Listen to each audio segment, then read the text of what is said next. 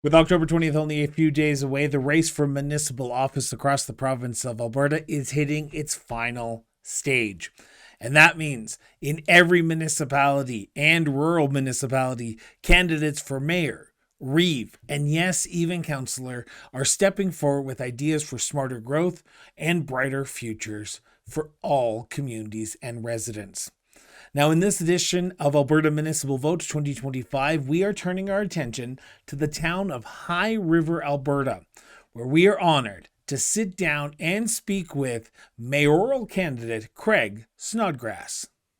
Craig, thank you so much for sitting down with me and talking about yourself and talking about your re-election bid to continue on as the town of High River's current mayor and now soon to be mayor-elect if you're re-elected. As you have never appeared on the show, I have a very simple question to start off my line of questioning. And it is, where does your sense of duty to serve your community come from, Craig? Well, I've always been involved in things in High River, but w coming into this position, where did that come from? Well, it took Canada's largest natural disaster at the time to put me into this seat. So the flood of 2013, the devastation that took place in High River was I had just opened a new business. I was 2 years into that. My wife and I live here, have our business here. And when that day happened, I couldn't do enough to figure out how I fit into this thing and how I fit into the recovery of High River. And then as that went on, a few individuals kind of pushed me into, hey, maybe you should run for council, maybe you should run, and then it got into, hey, maybe you should be mayor. So, all right, cannonball. So you don't put your toe into the pool first, you just cannonball right into the pool, don't Just you? bail into a full jackknife. So 3 terms under your belt, you're running for a fourth term. And I've got to ask the simple question to start off the line of questioning here is why? After 3 terms, major pandemic, high river floods, are you not tired or do you still have energy to continue on? Oh, there's days I'm tired for sure, but yeah, I got lots of gas in the tank. I'm still young enough to be doing this. I'm 54, but 42 when I started down this road that was supposed to be one term. But the first term was 100%. It was all flood recovery. It was just all hands on deck, very aggressive, a lot going on. The second term was, hey, we still got a lot of the flood recovery to finish up. So that was kind of the second term. Of course, the second term, the end of the second term turned into the absolute nightmare with COVID. And then the third term, there was still a couple of big ticket items that needed to be addressed because of the flood, but as well, I thought it was very important with COVID that there was some continuity and at that time, nobody still knew how that mess was going to play out. And so now that's all done, and High River's in a very good place now. Economically, we're doing great, much better than lots of other places. We've got some great projects going on. We're doing a huge aquatics facility expansion. We've got a new outdoor rink going on for the kids over there. Financially, we're in a good spot, and there's lots of work to do always, and we've still got a good core group of people that want to keep going and keep the flywheel turning. So that's where I'm at with the fourth term. So, what does the fourth term look like? What are the goals that you want to see accomplished over the next 4 years? Because, knock on wood, there will not be a flood. There will not be a global issue that changes the way that we operate. What are the key services and priorities for you in a fourth term in office? And I know I'm going to say this, and I'm going to sort of prerequisite by saying during elections, you listen to what people want and the voters and what they are telling you what they want. But for yourself as the mayoral candidate and as the third term mayor, what do you want to see get accomplished over the next 4 years? There's always short-term and long-term things, especially during an election, and people are wanting you to put out this platform. And it's something I just despise having to narrow 3,000 issues into a election platform, but I did it anyways for a few people. But we've got short-term things, and we got to review our land use bylaw. That's an organic document that always changes, and the environment's changed with development, especially with the affordable housing crisis that's going on. Developers have they're being a lot more aggressive in high density development and where they put it. So that's a big one that we've got a number of big projects that are coming to High River right now, and to provide affordable housing. That's a whole other conversation, but so the land use bylaw just has to move to kind of be part of that change. We've got an intersection that's a major election item. That tells you how good we're doing in High River, that an intersection, and then whether it turns into a four-way or a two-way, that if that's the hot button topic, I think the last 12 years have gone pretty good.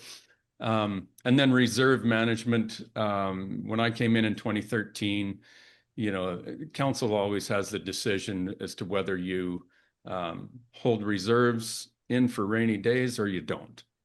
Previous councils did not. So we had zero in reserves. After the flood, we thought, hey, we should maybe have a few dollars in the bank for emergency purposes. So we've done a great job in building up reserves over the last 12 years. But again, that's another organic thing. And I think after the pool expansion, knowing that there's always going to be future recreation needs, I want to see a dedicated recreation reserve that's for those projects. It's expensive. It's ridiculous.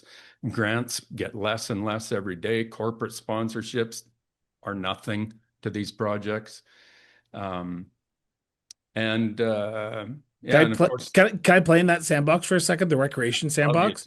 Yeah. Because as a guy who pays attention to municipalities more than the average person on the street, I know, and you probably do as well, and I'm not going to assume, but I'm going to take a wild guess that that recreation is the one big line item in every single municipal budget that is a loser.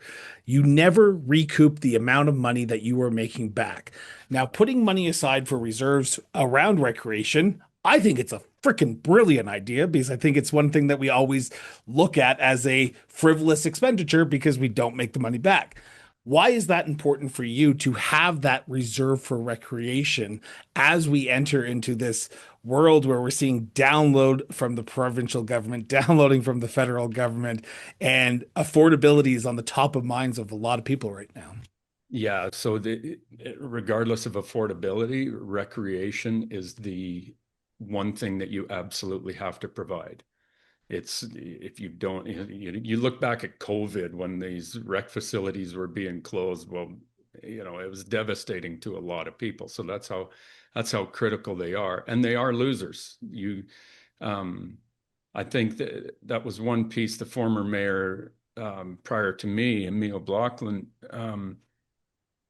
because when I came in with that real naive business owner attitude of, let's run this place like a business, right? Like it's just the most ignorant thing I had in my head to try to do that in a government, right? So, and he said to me, I said, so after a few months, because he was a councillor then when I was mayor, I said, what's your opinion on this whole run it like a business thing? And he says, it's impossible because we have to provide too many things that lose money. You wouldn't do that for a business. So, but that's just, okay, that's where we're at, right? You cannot charge user fees in your swimming pool or your hockey rinks to pay for the operational expenses of a rec center. People would never pay that dollar. It's not going to happen. So they're highly subsidized operationally, always will be. And the capital monies that go into them, you either have to have reserves, or you can use your MSI or LGFF grants to put into that, or you borrow from the province. And there's downsides of borrowing money from the province, and that is that Yes, you get a lower interest rate, but the term you sign up for, 25 years, whatever, you're locked in for that forever. Like you're locked in. There's no option of early payouts or anything like that. So the less you have to borrow, um, the better.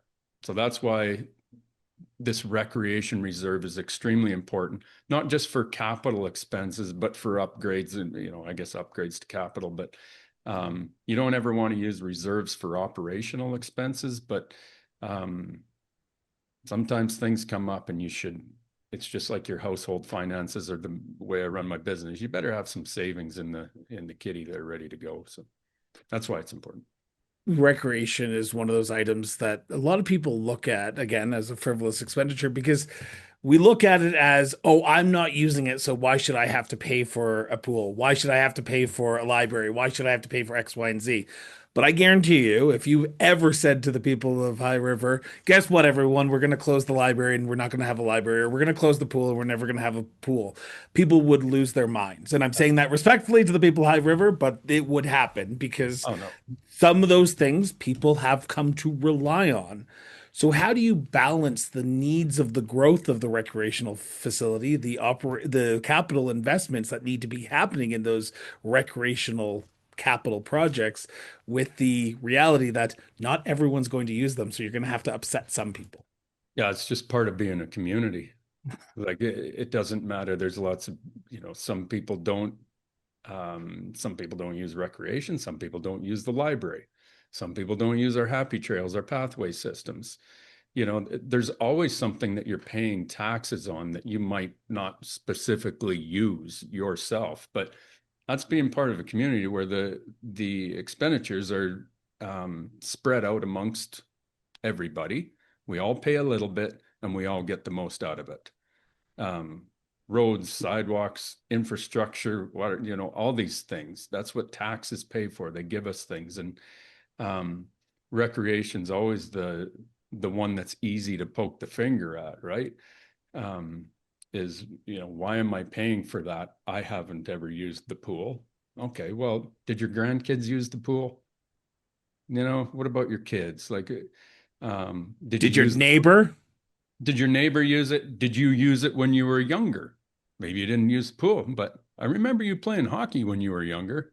Problem is, this is a very small town that I've been here for 54 years, so I know a lot of these people, right? So remember, John, when you played hockey? Yeah, you used it. And some other senior citizen at that time was paying for you to use that, right? So it's just being part of a community. And, you know, people say, oh, well, I'm not paying tax for that. I'm moving somewhere else. Okay, find me the town that doesn't, that's not charging taxes. Go for it. See ya. I'd love it. Send me a memo as to how that one's going. No, it's just a thing that it's part of what needs to be provided in a community because it's very, very rare that private businesses get into recreation because of the user fees they have to charge to get you to use it. That's why it lands in municipalities. Well, even on that note as well, the capital cost to build things for private companies is extramental. Like 20 years ago, to build a pool, it was probably $10 million. Now you're looking at 30 to $40 million to put in the exact same pool, and costs are still going up. And I know I'm picking numbers out of a hat here, so I apologize if it is actually a lot more, which I can imagine it is. How do you make those tough decisions about what the municipality can offer with the realities of the way that we live right now as mayor and as a council? Yeah, so let's take the swimming pool, the aquatics expansion that we're doing right now. We took about 3 years to decipher where we were headed with this thing because there'd been this long-standing dream in High River that let's build a new recreation facility, right? Okay, we need a new one. We need a better hockey rink, and it's always back then it kind of relied on hockey ice time. Um, but as you get going through that, it's like, holy, the numbers start coming at you. It's like, my God. And that's 20 years ago. So Now you bring it into today, and I was involved in those discussions 20 years ago. And at the time, we all went, this ain't going to happen in this town. That's 10,000 people. Um, Now we're 15,000, and it's not enough to be building a new rec center. A new recreation center to replace the one that we have and add a hockey rink to it. Um, like you are there's people in town that want the new Seton Rec Center in South Calgary. They want that in High River. Well, they've got one. Why can't we have one? Spruce Grove has one. Why don't we have one? You know, it's always looking at other places and trying to keep up with the Jones. A lot of people get caught up in that. But a facility like that, you're looking at $130 million to replace what we have and do a new standalone facility in a new place. You're 130 million to replace that. It's absolutely ludicrous thinking for a town this size to be going down that road. So then we said, okay, that's not going to happen. What do we actually need? Well, we've got a hockey rink. We've got actually two. There's a small rink. There's a large rink. There's a curling rink in there. There's a beautiful new field house we built in finished off in 2013.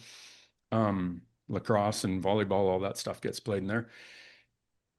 We need to improve our aquatics facility because it was a lane swimming tank is what it was. So, you know, the new aquatics, they've got the zero entry, they got water slides. It's a lot more fun for the kids and a lot more safer than the kids than dropping into 4 feet of water trying to learn how to swim. So we said, okay, let's look at a upgrade to the aquatics facility. Now, where are we going to do that?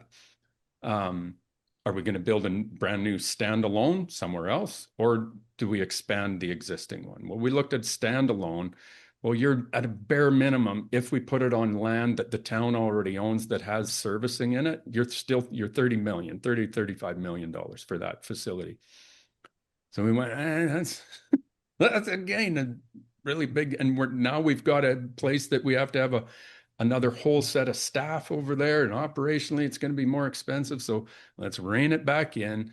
What does an expansion tie it onto the existing one? The service is there, and it can meld with the existing pool. Less staff operationally, et cetera. The shared lifeguards, you know, that all works so much better. So that's what we did, and the expansion itself is $15 million just to do that. Just, you know, so we've taken it from this big, long dream that this town's been trapped in and not doing any upgrades or new recreation facilities because it's just, oh, well, if we're going to do something, it has to be a new facility. So we said, let's get, rather than get caught up in the dream and what we want, let's get what we need and what can improve the existing facilities we have. And that's why we've landed where we are, and it's being built right now.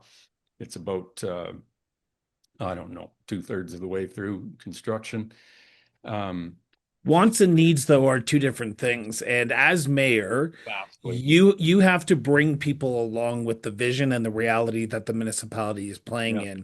in your 3 terms in office and in the next term in office.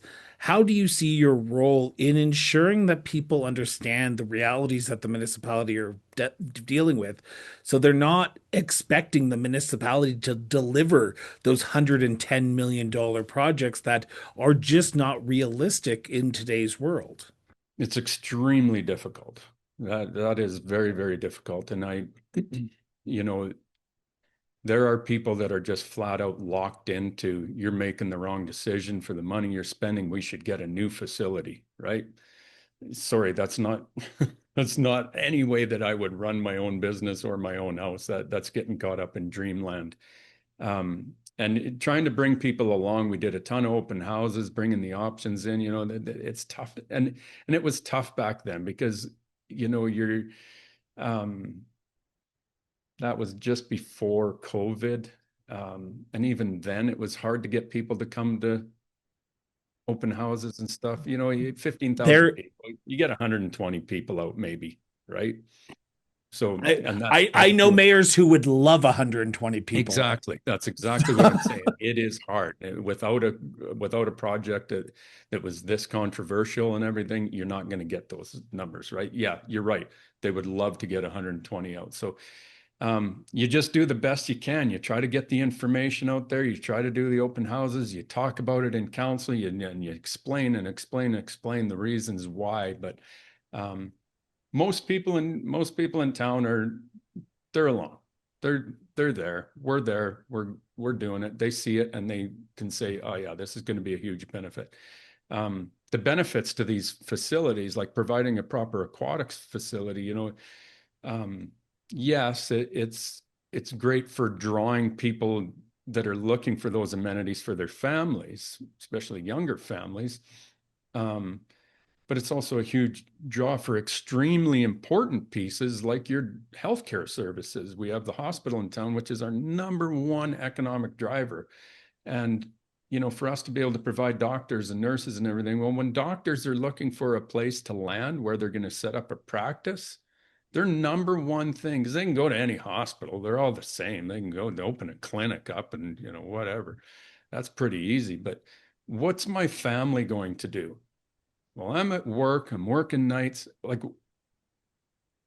what's my husband and the kids? What's my wife and the kids? What are they going to be doing while I'm at work? Are there the amenities in that town that can provide them what they need? So, the aquatics facility was a huge, huge piece on that end, right?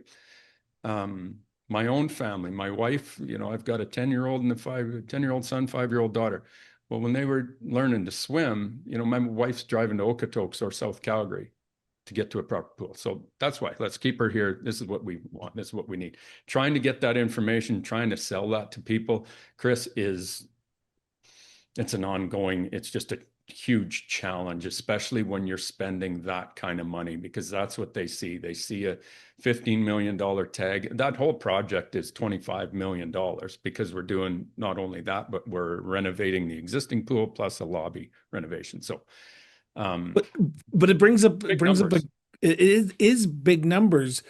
But again, this is Chris Brown saying this. This is not the mayoral candidate. So any negative comments, please send them to me, not to the mayor candidate, to Craig, because this is, I am saying this. There is an apathetic nature. There is a reactionary mentality when it comes to municipal government right now in Canada. Not in all of like provincial government. We're very, what's happening at the time is going to be happening and we're going to talk about it. Municipalities, oh, now that I see my property taxes, now I'm going to react to what's going on in the last year because there's a mentality. As long as my garbage is picked up and my water turns on when I go have a shower in the morning, I really don't have time to think about what the municipality is doing.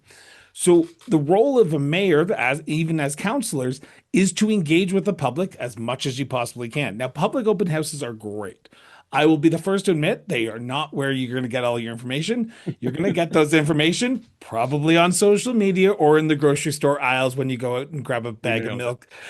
So, how important is it for you when you're mayor and as you continue on as mayor after October 20th to ensure that those conversations don't just stop because it's an election time? Because one thing I often hear from residents is, not just in High River, across Alberta, the moment election happens, I will not see my municipal politician until there's an event, a pancake to be flipped, or the next election.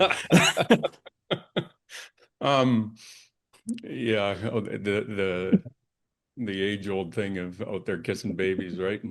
And I'm not big on that. I won't go to events just to be seen, just to be there, just to I'm a busy guy, and so I won't do things just for political optics, right?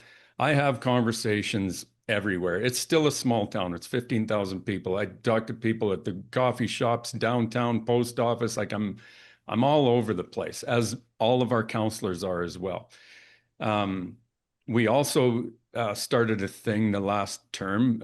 Councillor Kelly Smith that was with us, she had to leave early, but she started this coffee with council. So, every Monday, first Monday of every month, it was just wide open. It would happen at 10 o'clock in the morning some days, 3 o'clock in the afternoon another day, and it would happen in the evening on another day. I'd go to those as much as I could, depending on my business and my family schedule and other pressures from the town. But those were great places to come. But you're absolutely right, Chris. Unless there is an issue that directly affects that human being, they won't come. everybody's busy. So they would come to coffee with council with a specific thing, right? It's An just like intersection, hypothetically. stop signs, a yield sign. Like when I would go to those, it would, I'm always in for the let's get at it. Let's have a juicy, let's do it. And, it'd be some guy coming and saying, that stop sign over by my house. Yeah, you can't really see it because of that hedge. Like, can you trim that hedge? Yeah, sure. We'll go over. There, we're done, right? So, But can I interject there for a second? Because jump that is the most important issue to that person. That stop 100%. sign is the biggest concern to them. That pothole, that park upgrade is the biggest concern. It may seem like small potatoes, but those are the wins that municipalities live for. Absolutely. No, it's exactly it. And that was the important part about having that environment that's outside of coming to council or any other specific topic open house. That was just a loose thing, which was easy because I could phone our Parks and Rec person and say, hey, over at the end of Sixth, go trim those up. It would be done by the end of the day, kind of thing, right? So, and that guy's happy. Hey, next time you see him getting apples in the grocery store, he's like, "Yeah, you rock." Okay, thanks. That's what I get paid to do, I guess. So, um, I'll be honest.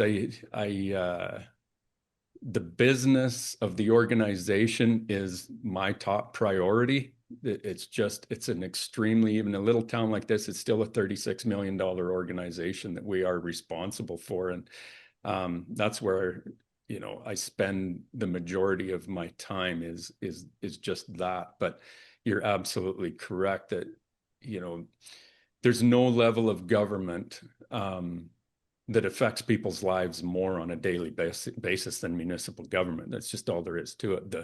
The provincial stuff, that gets a little bit more, especially right now. It's just total dumpster fire. But Yeah, and I want to just interject because I want to jump in on the provincial government for a second. Now, I say this as respectfully as I can.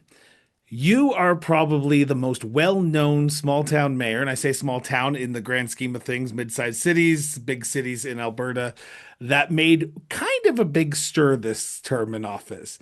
You stood up for the people of High River when it was kind of not politically the right thing to do because the province was doing something and your community said, no, this is not how we want to see it around the coal mining, around the eastern slopes.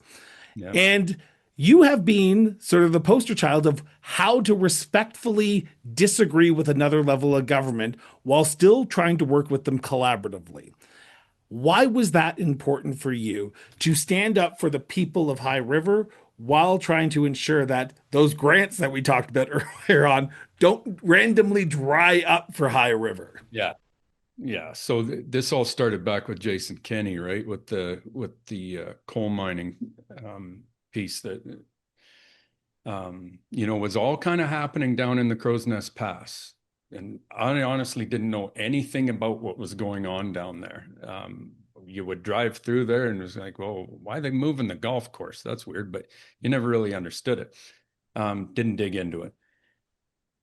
When the Kenney government opened up all those mines, and then I found out that, hey, there's a pile of mines that are coming north. And there are mines far enough north that start to directly affect the Highwood River watershed, which is our primary water source. I was all in. And I am that kind of guy that jurisdictional boundaries are bullshit. It's just nope. If you are going to affect the quality of life, if what you're doing outside of High River is going to affect the quality of life that we have in High River, I'm going to be looking into it. I'm going to get involved. And that's where this coal mining thing just went nuts. And yeah, we had a solid group and we got some movement made. And I was able to work directly with a number of individuals, but primarily provincial ministers and Sonia Savage at the time. Thankfully, without her, we'd be in a way worse mess than we are today. But that's why, Chris, is that I think, and it was surprising to me because we took out I don't know, we ended up developing the town of High River, a new coal policy of some kind that we were going to hand to the provincial government. This is what it should actually look like. And we took that and we delivered it to every municipality in Alberta. We actually delivered it to every municipality in Saskatchewan and Manitoba as well, because those waters all end up going through Saskatchewan and through Manitoba up to Hudson Bay, everything that comes out of here. It was shocking to me how many municipalities were scared to death of signing that document. I think we got 24 in Alberta out of how many. And the reason why, because lots of them I knew, and I'd phone them up, go, hey, like, what? This is pretty serious. Why wouldn't you sign up on this, right? And well, council doesn't want to piss off the government, and we're worried. We got a few grants in, we got a few projects in with them. We don't want to. And I was interviewed a number of times on that, and my words were that let's try. Let's see how this goes, because I do not believe, even though I don't believe what this government's doing, I do not believe that anybody up there operates in the spiteful thing at the time with the Kenney government, that they're going to start nicking things off of your list just because you're challenging them on something. I think that was a completely chicken way out of getting involved. And it was really, really disheartening to me to see that. And trust me, it has not affected any grant or any project in the town of High River one iota. Okay, understandable. But now we flash forward to 2025, where we're living in a completely different new era of government. And I say this, and I've said this to many mayoral candidates across Alberta since I started doing this show. The one thing I've heard more in the last 5 months since the new Minister of Municipal Affairs has been appointed is municipalities need to stay in their lane. Now, you don't care about the jurisdictional roles. Understandable. And I think municipalities are playing in jurisdictions that they traditionally have not. Healthcare is a big one. You talk about family doctors, their recruiting now that may not be happening in High River, but it's happening. How do you see your role as mayor in ensuring that while you try to play in the jurisdictional lane that you're supposed to be in, you don't forget about the issues that the province is abdicating their responsibilities on? Okay. Here's my message back to stay in our lane. Pound sand. Really? With what the provincial government, and especially municipal affairs, is doing to municipalities in this province right now, in trying to rein us in, whatever they talk about, how they're handling the elections, how they're the way they're managing the doctors, the healthcare system, the way they're handling these teachers and stuff right now. All of these issues affect our municipalities directly. No municipality should be afraid of our provincial government and speaking out against something they're doing that negatively affects our towns, cities, villages. So no, I've made that abundantly clear to Danielle. I text her almost on a daily basis. We've known each other for many, many years, and I feed her my opinion on what her government is doing on all these topics. And she's great. She's Because you're doing it from a place from respect, right? Because I'm assuming you're not doing maliciously and going out there and saying, "Oh, we're gonna take up arms and we're gonna sue the provincial government." And I say that knowing the political climate that we currently live in. And please don't take that as I'm trying to attack the provincial government at all. It has to be done respectfully, and I'll be very honest. Yeah, it's hard because some of this stuff is extremely frustrating with what we're dealing with right now, and it's there's not a lot of movement. I don't think they're putting the people first of this province at all. I think there's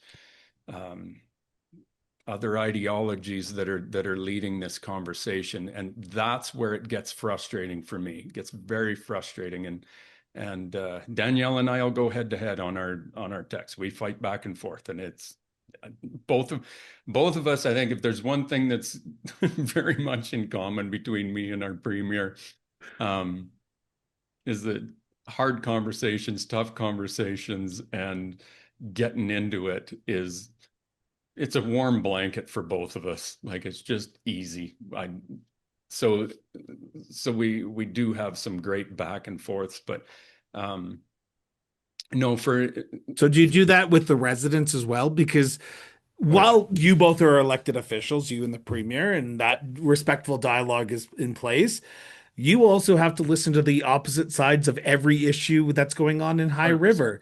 And Yep. I can imagine if you walk outside right now and talk to 100 people and said the sky is blue, they'll say, no, it's No. aquamarine, and Yep. it's only aquamarine. So I don't know where you're coming from. So, how do you respectfully talk to people who may vehemently disagree with you on the way that the municipality is moving forward? Um Is it Absolutely. You have to do it. And trust me, I love it. There's nothing I love more about this role than to let's get into it. Let's lay it all on the table, pros and cons of where we're at, and let's get at it. That is the only way that you come to a solution where you're both kind of hearing each side, and finding a proper solution, a real solution that isn't based on some wacky ideology or anything, right? Or conspiracy theory. Um, I love it. I do it right in council. You know, if and trust me, I am being challenged on this. It's mind blowing to me, but right now I am being challenged by a group that opposed the swimming pool. Um, they came to council one day and um, they brought we had made a mistake in one of the MGA processes with the borrowing bylaw, and it was a very honest mistake. I was publicly apologetic to it, and it was absolutely um, Let me guess, it was probably around advertisement. no, it was actually we did all the advertising and Huh. everything. The one piece that was missed was that you are not allowed to start construction prior to a borrowing bylaw being passed if you're going to use borrowed funds. We were into it. We were like we weren't going to lose another thing. And the problem was is that in the in the government's own flow chart that our staff were following, that piece is missing out of that flow chart. But we do have it was, and that's why it was missed. But we also have the responsibility to know what's written in the MGA under this, and that's where it was missed. So it was 100% our fault. Um, Is it hard to own up to a mistake like that? Because I can I imagine. don't. I No, don't. really. No, it's really not like it's a mistake. It's a mistake. Like I've got no problem at all Can in I talking. introduce you to some other politicians who would Oh my disagree with gosh. that? No, just own up to it. And we're all human beings. We're all doing the best we possibly can. But that one, it really, really bothered me because it was a big one. And it was a massive miss. And we ended up not being able to borrow funds for that, which goes back to we are using grants and we are using reserve funds. And we're basically using saved funds and paying cash for this pool expansion, which to me in the future, not a bad idea, right? So, but that, where were we? How did we Oh, get into that? we got into that by talking about Danielle Smith and coal. So that shows Oh you yeah, where no. this So it's we're so going we, squirrel. we are, but I'm enjoying the conversation, but I am cautious of time and I want to start Yeah. wrapping up because we're at the 40-minute mark and I want to get into these questions because we have talked about a lot of things and there's probably going to be people who have said, Chris, why didn't you talk about this? Why didn't you press the mayor on the intersection that everyone's talking about? How can people ask you questions in the last 12 days, 10 days of this campaign? Because I can imagine there's people out there who say, I need to make this decision and it's going to be the future of our municipality on the line here. How can people reach out to you? Well, I've got a pretty detailed website, snodgrassformayor.ca. That's where everything is for my campaign. Um, Facebook is always easy. It's daily that people are doing that. They can email through the town. People will walk in the front door of this business at any point in time. We're right in downtown. Everybody knows where I am. I'm not hard to find. So, There you go. um, So 80% of people in this town have my personal cell phone too. So still don't understand that concept about municipal politicians willy-nilly giving out Oh, their I phone don't numbers. care. It doesn't bother me one bit. And I'll tell you, everybody is very respectful of it, right? Yeah. Just as much as I respect the fact that I have the premier's cell phone. You have to respect those. And So October 20th comes and yeah. you are reelected for another 4 years. Hmm. What will be priority number one for fourth term for Snodgrass term? Another Snodgrass term. Yeah, Uh, I was gonna say a Snodgrass mandate, but I couldn't think of mandate off the top of my head. I don't know why. yeah, I don't know the mandate, the big words, right? But um, number one is healthcare. Healthcare in High River, we've got some serious issues going on with the provincial funding for doctors, and we're losing doctors in town because of it. I think we lost 4 or 5 doctors last year, and you look at that, the average of about 700 patients per doctor that lose their family physician just like that, and it's all to do with the provincial funding. Now, the government has improved things as long as the doctor has over a 500 patient count. Okay, so the established doctors that are in town, the older doctors, their compensation is much better now. They've done improvements there. Where the government and Danielle are locked in is that anybody under 500 patients does not receive any additional funding for their practices. That's a major problem in attracting young doctors to this province. They're lined up at the doors in BC and other provinces. They're leaving Alberta. Like, it's a major problem unless you got kind of homegrown doctors that have families and everything else here. They can be very mobile and they're gone. So under that 500 patient count is a major problem for attraction and retention, and allowing these young doctors to take the time to build up their patient counts, right? It takes some time as well. We also want these doctors to be doing emergency shifts and hospital shifts at our hospital so that we don't have 6-hour wait times in our emergency. We're like, I know right Now, now we've got one doctor that handles the emergency for a 12-hour shift. Well, they can have 16 patients at a time through that 12-hour shift. It's ludicrous where we're at right now, and I'm very concerned. That is healthcare in High River will always be my number one advocacy, and there's things that in the town that we have a little bit of control of to try to help with that, because we own the Charles Clark Medical Center over there, which is where a number of our doctors have their practices. So we have a little bit of opportunity there for new doctors and rental rates and these kinds of things. So new council will be talking about that, but that's a big one. And again, finish the pool, the other little things, get that intersection dealt with, right? So now around that council table, and correct me if I'm wrong here, but I believe the council candidates are also also participating in the election. They're not all acclaimed this term, correct?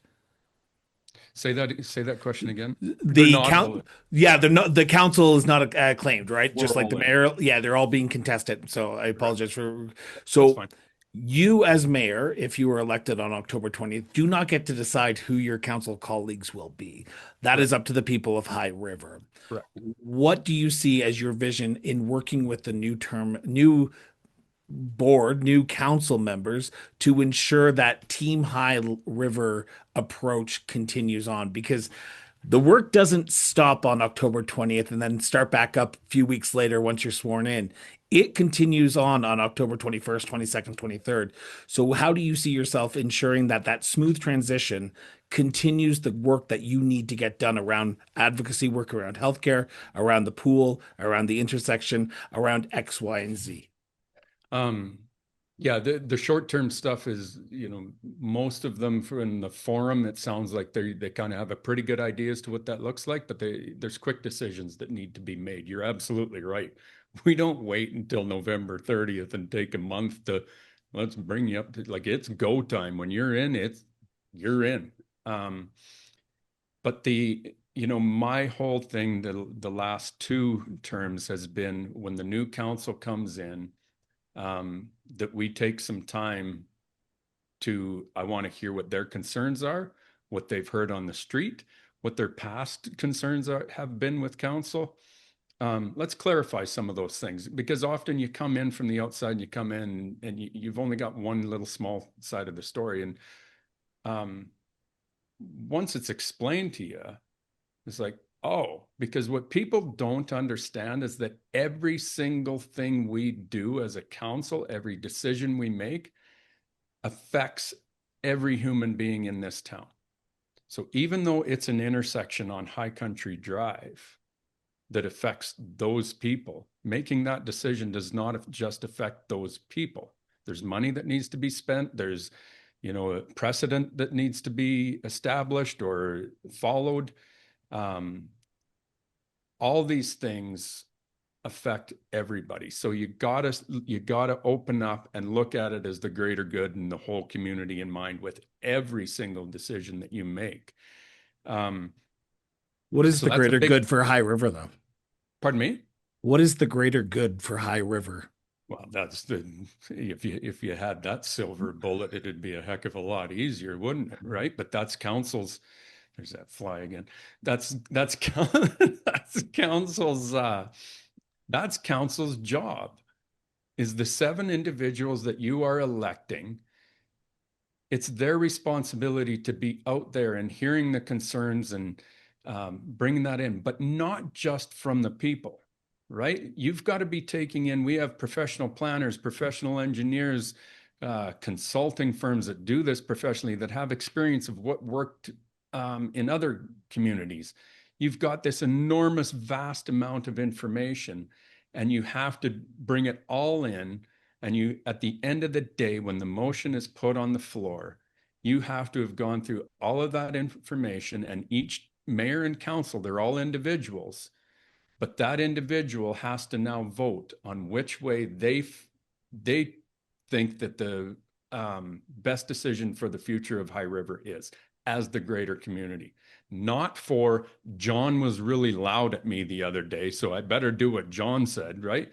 No, you got to take John and everything else and start to weed through it and go, okay, what's the best move forward for this town? And everybody has an individual vote on that. It brings me to the quote that I use most often on this show, and it's from one of my favorite movies, Star Trek Wrath of Khan. The needs of the many outweigh the needs of the few or the one. And at the end of the day, council has to look at the greater good of what the entire municipality needs while Mm. not forgetting the individual. Because as we talked about at the beginning of the interview, that stop sign that was covered by a bush is the most important issue, and Yep. you can fix those. But at the end of the day, when you make those tough decisions, you have to look at the entire municipality and the future of said municipality, right?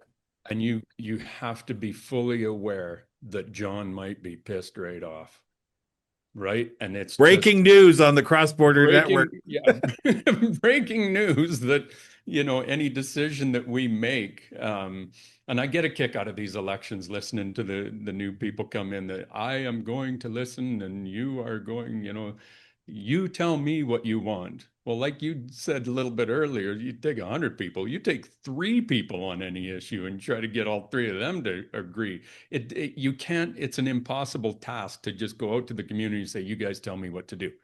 You can't. It's our responsibility. You are being elected under that responsibility, that the people of High River are expecting us to take it all in and make the right decision. I have to, when I vote, I have to be able to vote and be able to go home and go to bed and lay my head on the pillow and know that I made the decision in the best interests of the entire community, not any specific one person or one business or anything. It has to come in to the greater good. It does, but it also, I just want to remind people as well who are listening, municipal councils, council and mayor are the governors of the municipality. They are not going to be elected to administer what the policies are, the snow grader down your side of the Mhm. road. It is not their responsibility. It is to govern the policies and the bylaws of the municipality. I need to say that because Yeah, I've heard some forms this term where I'm going, oh, they're in for a rude wake up call on October 21st when they're elected. yeah. And yeah, you're absolutely right. The smaller the community, the more you get drug into the weeds, though, right? So yeah, you try to, okay, we're doing the bylaws, we set the policies, and then we let administration handle it, right? It's like the land use bylaw, right? The council does the bylaw, and then administration, the planning staff deal with the applicants. Um, but you know, because we're so accessible and because we're seen in the grocery stores and everywhere else, we absolutely put your helmets on, folks. You get drug into the weeds on everything. Snow clearing, garbage pickup, somebody's, the neighbor's downspout is going onto my lawn. What are you going to do about it? I'm not kidding. Like it doesn't end at the council tape. It doesn't end at the council meeting. You're into it 24/7. It is a pleasure to sit down with you and talk about yourself and your reelection bid, Craig. But I've got to ask the $1 million question to wrap up here. And it's the point in time of the conversation where I turn the microphone over to you and you can take as long as you want or as little time as you want. Why should the people of High River put their trust into you for another 4 years in office as their mayor? Um, I've got a proven track record, like from 2013 and everything that we went through there. We made the hard decisions, and I think that's the number one thing that I come to the table with is that um, at the end of the day, we can take all the information and I'm pretty good at being able to decipher and figure out what I feel the right decision is, and the track record shows it, right, as to where High River is today. And for the voters, I think you can look at these specific little nicky little election issues where are we going to YouTube committee of the whole meetings? Are we going to do that? Yes or no? Well, that's a pretty tiny little thing. It's a yes or no, a council decision. High Country Drive intersection, those are tiny little things that can, whatever. They're important, but when you look back over the last 12 years, do you feel that High River is in a better position today and a better community today than it was when I started? And there's only two of us that have been through that the whole time, myself and Councillor Nychuk. He came on, I think, year two of that first term when one of the councillors, but we've been there for a long time. So it's not just me, it's the council. There's 7 members that make these decisions. But I think the thing that I bring to the table first is that, yes, strong decision making, but also strong rationale for those decisions, that we've done our homework. We've been through this thing, every issue, 9 ways to Sunday, and we're coming down and we're making a decision and we're staying on it and we're moving forward. That's the issues are going to change. I cannot predict the issues at all, right? And but being through the intensity of the flood recovery, all the construction that went on, and then the intensity of COVID that made the flood recovery look like a cakewalk. I don't know what tomorrow brings, but I'm all in for whatever it is. And I'll be at the table, and I'll be at the table to fight for what's right for High River every single day, period. Craig, it is a pleasure to sit down with you and chat about yourself, your bid, and the great community of High River. Best of luck on October 20th. I'll be watching the election results live on YouTube. So thank you so much for doing this, and thank you so much for being part of the show. Appreciate it, Chris. We need about 6 more hours. I love this stuff, buddy. So let's do it again. Thank you so much for tuning in for another episode of Alberta Municipal Votes 2025 here on Municipal Affairs. Quick editorial note, if you are a candidate running in this upcoming election and want to be featured on this show before the last week of the campaign, reach out to us today by visiting the links in the show notes or by sending us a message on social media. Also, quick reminder that on Monday, October 20th at 7:30 Mountain Standard Time, we are going live on YouTube with in-depth analysis from municipal leaders, stakeholders, past mayors, past councillors to talk about this election and the future of municipalities in the province of Alberta. Quick also side note, if you haven't already, be sure to subscribe to the show on your favorite podcast platforms or by visiting us on YouTube. If you're watching us there now, click that subscribe button. Your support means the world to us. Also, share this episode with your friends, your family, and yes, even your community, and help keep the conversation going. Till next time, stay informed, stay engaged, and we will be back with a brand new episode of Alberta Municipal Votes 2025 shortly. Till then, everyone.